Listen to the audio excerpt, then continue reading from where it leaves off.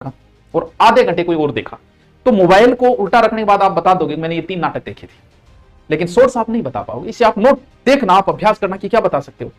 तो वही है, ऑब्जेक्टिव कब निकालने चाहिए। ऑब्जेक्टिव हमेशा तभी निकालो जब वो टॉपिक आपको आता हो।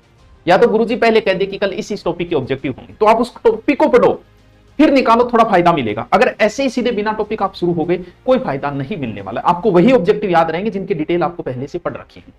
ऑब्जेक्टिव तैयार करने का एक तरीका यह होता है कि जैसे नदी टॉपिक आपने पढ़ा, अच्छे से याद करो, फिर उसके ऑब्जेक्टिव निकालो।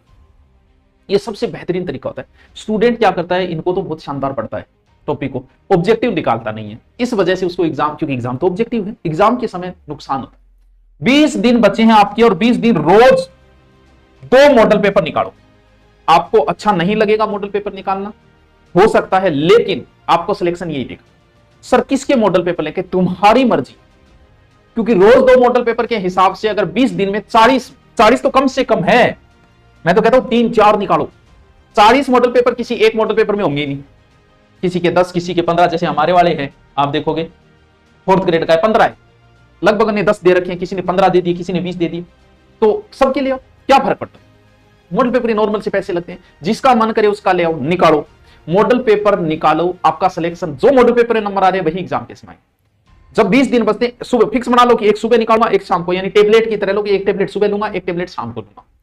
सर नया टॉपिक नहीं छेड़ना है, जो आ रहा है, जो, क्योंकि नोट्स बहुत काम आते हैं, और नोट्स हमेशा एग्जाम के समय ही काम आते हैं। आपका पहले नोट्स समय बहुत बर्बाद करते हैं, क्योंकि नोट्स बनाने में बहुत समय लगता है, लेकिन बाद में, अब 20 दिन बचे, अगर आपने हिस्ट्री, ज्योग्राफी, कल्चर इनके नोट्स बना रखे हैं, तो आप 20 दिन में 20 बार पढ़ दोगे इनको, लेकिन आप किसी किताब को 20 दिन में 20 बार नहीं पढ़ सकते।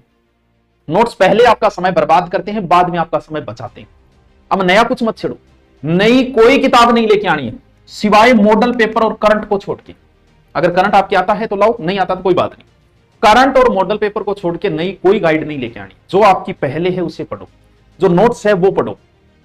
नोट्स किसी दूसरे के नोट्स कभी काम नहीं आते।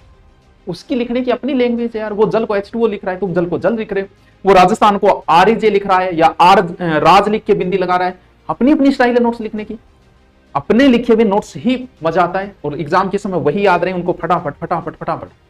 अगर आपका कुछ बच गया, नोट्स कब, दूसरे के नोट्स कब यूज किए जाते हैं, जैसे अभी एग्जाम होने वाला है, 20 दिन बचे हैं, पॉलिटिकल आपकी हुई नहीं, पॉलिटिकल के आपके मान लो नोट्स बने नहीं, तो फिर आप पॉलिटिकल के जिन टॉपिकों के 5 टॉपिक आपके नहीं हुए, उनके नोट्स ले आओ किसी और के, वो सिर्फ हेल्प के रूप में 15 या 20%। ये नहीं कि किसी दूसरे के ले आए, पढ़ने में लगे हुए हैं। नोट्स अपने हैंड राइटिंग होनी चाहिए, स्वयं की होनी चाहिए। यानी अभी थोड़ा हमारे यूट्यूब पे भी कम समय दें, अपनी बुक्स को ज्यादा दें।